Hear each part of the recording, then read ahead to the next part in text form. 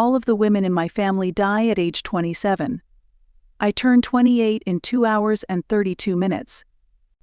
My dad always wanted a son. He got 3 daughters instead. He hated us all, hated my twin sisters, hated my mother, but hated me most of all because I was the last child my mother had before she died. That didn't stop him from treating me like his little boy, didn't stop him from attempting to beat the hatred of my own gender into me. "Quit your crying," he'd snap, "or you'll end up like your sniveling bitch of a mother." After years of that shit, he was shocked that I grew up as a tomboy. I think he hated that even more, because I was just a constant reminder of what he never got to have. My mother died when she was only 27. When I was only 4, the coroner ruled her death a natural passing, some weird heart complication that took her in her sleep.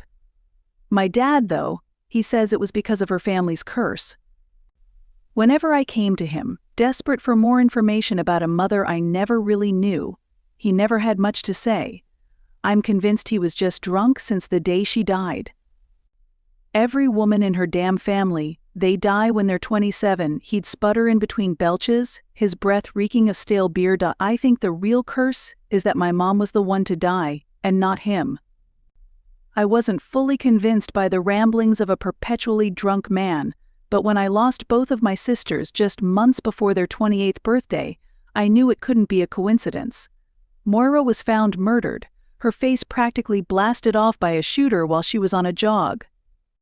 Joy took her own life only days later. I was the one who found her, hanging in the bedroom of her apartment, as I came to pick her up for Moira's funeral.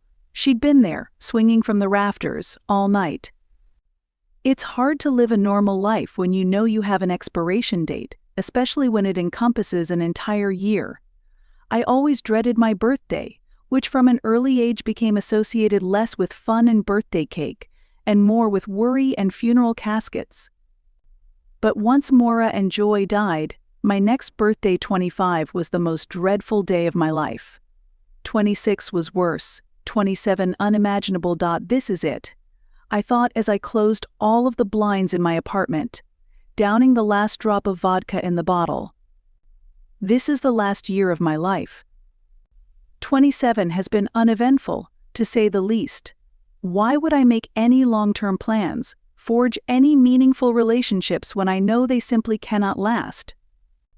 The worst part of this last year has been simply not knowing when my impending death is coming. It could have been any day within the last 364.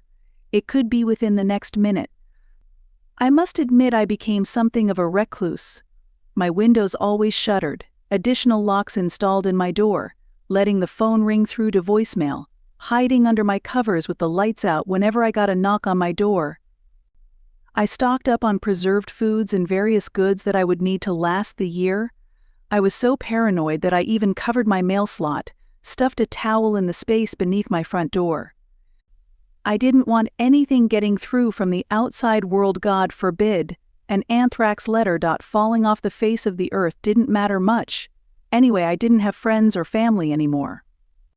My mother and both of my sisters were dead, and my dad disowned me when I came out as a lesbian after my sisters died. I moved away and severed contact soon after. The night before my 27th birthday, I started getting these strange phone calls from a blocked number. I've always had anxiety about phone calls, so I just let it ring. The number kept calling at least once per day throughout the past year.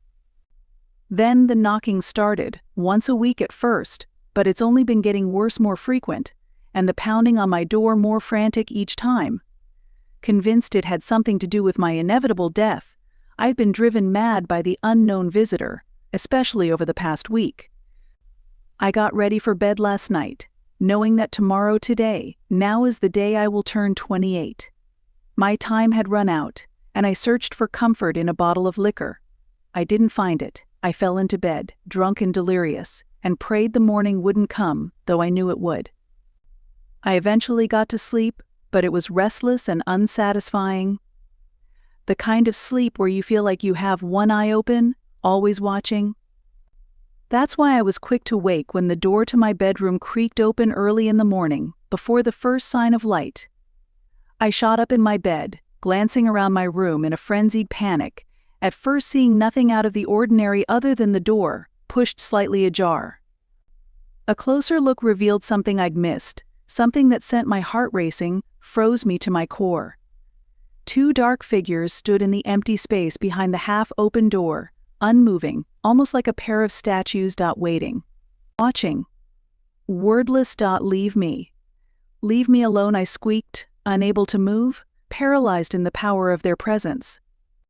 The shadowy figures instead shuffled out from behind the door, creeping slowly towards me in the dark. I knew this would certainly be the end of my life, the fulfillment of my curse, if I didn't act.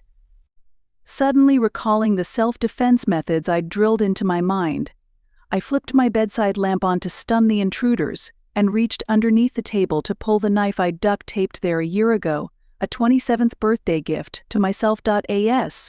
Soon as the light flooded the room, though, I knew the blade would be of no use. My intruders were not a pair of assassins, not human ones, at least. In the yellow light of the lamp I discerned the identities of the dark figures. They were my sisters. Joy stood at the foot of my bed, pale, in that same conservative black dress I'd found her dead in years ago, the one she'd picked out for Moira's funeral. Her head hung parallel to her shoulders, neck grotesquely bent from her hanging. Moira was a few steps behind her. I could only assume it was her, considering the severity of her injuries. She'd suffered a gunshot wound to the head, so brutal that we were not allowed to see her after her death, so intense that it had entirely disfigured her face. The lower half of her face had been reduced to a pit of gore, her jawbone barely attached on one side, her mouth mangled, with only several teeth remaining studded randomly throughout the mess. "Why are you here?" I cried, gathering my knees to my chest and holding them tight. Are you here to take me?" Joy made a feeble attempt to shake her head, the side of her face only brushing weakly against her shoulder. She waited several moments before putting one of her feet in front of the other, moving towards the side of my bed. As I recoiled instinctively, she slowed her pace. Moira trailed after her until they were both beside me. I whimpered as Joy leaned over me, her head flopping forward suddenly with the motion, neck cracking sickeningly. With her lips brushing against my ear, she whispered, She tried. Her speech was labored and wheezing, as if her vocal cords had nearly been shredded. "What do you mean, Joy?" I pleaded. Her lips moved against my ear once more, but no sounds came out despite a clear, strenuous effort. Moira wagered an attempt at answering my query, but only succeeded in sputtering blood from the gaping wound in her face, ejecting one of her remaining teeth onto the floor as her jawbone swung precariously, barely hanging on. She raised one hand, slowly curling it into a fist before striking her knuckles furiously against my bedpost. The incessant sounds startling me, I forced my eyes shut tight and pulled my knees even closer against my chest. Moira's knocking seemed only to escalate in volume, seemed to go on forever, until finally it stopped. I cracked my eyes open to find that both of my sisters had vanished, that the light of early morning had begun to spill in through the slats of my blinds. It was just past 6 o'clock, the 7th of June, the day of my 28th birthday. I was born at 9:26 a.m. Once I learned of the curse, I burned the time of my ultimate expiration into my mind. I only had 3 hours and 16 minutes left to live. If I even had that long, draping my covers over my head, I resolved to spend the rest of my life asleep. I figured I'd rather pass peacefully in my sleep like my mother did than to suffer a fate similar to my sister's. My plans were interrupted, however, by that damned knocking on the door. The interruption usually didn't come so early in the morning. I decided initially to ignore the strange visitor but pulled the blankets back down soon after as a certain sense of familiarity struck me.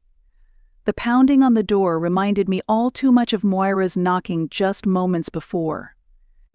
It easily could have been a trick of the curse, but something compelled me to approach the door. "What do you want?" I called from behind the barrier, clinging to the relative safety it provided. The reply came from an unfamiliar man's voice. "I just have a letter for you, Miss. Just. Just slide it under the door, and please leave. I returned, using my bare foot to remove the towel I used to block the small space beneath it. He deposited a bright yellow envelope under the door as I requested. I waited quietly for the sounds of receding footsteps before sliding on a pair of gloves to handle the letter. It was addressed to me, simply by first name and with no address. Carefully, I unsealed the envelope to reveal a birthday card. I hadn't received one in years. Bright, sparkling letters on the front formed the words, "Daughter, you're 27. I scoffed at the sick joke. I hadn't received a birthday card since I was a child, and my dad couldn't even get my birthday right. I didn't think he even knew my address. I cracked it open gingerly to read the message inside. "Laura, if you're reading this, your father has killed me. Don't believe a thing he or the police say. I was not the target of a random attack. I did not die of natural causes, and I certainly did not commit suicide. I would never leave you if I had the choice. The truth is, I died is because I found the truth behind my family's curse and foolishly told your father. He was in on it the whole time, planted in my life by some secret society to eradicate me, to eradicate us. What we have is not a curse, it is a gift of immense power. The power to heal, but the power to harm just the same. We come into our power at the age of 28, a number associated with independence, leadership, and self-sufficiency. An age where we can handle the responsibility such a power inevitably comes with. It's a strong number, and you will come into great strength, though you've always been a strong girl. I hope you've made it this far, but at the same time, I know you have. You were always a feisty little girl for the 4 years I had the pleasure of knowing you, of loving you. You never let anyone tell you what to think or do, especially not your father. Happy birthday, I love you. Mom. I closed the card softly, thinking on the strained words of my sister. Mom had tried to warn them, but they didn't listen. The pieces of the puzzle slid into place. My dad must have murdered Moira, and Joy ended her own life out of grief and a belief that she would inevitably be next. At the time of writing this, I only have 2 hours and 32 minutes until I officially turn 28. Over the past hour or so, I've already begun to feel the power flowing into my body, electrifying as it runs through my veins. I will the towel to reposition itself under the door, and it does so, sliding across the floor on its own. I need to keep myself safe until 9:26, after all. I'm planning on surprising my father with a visit for my birthday.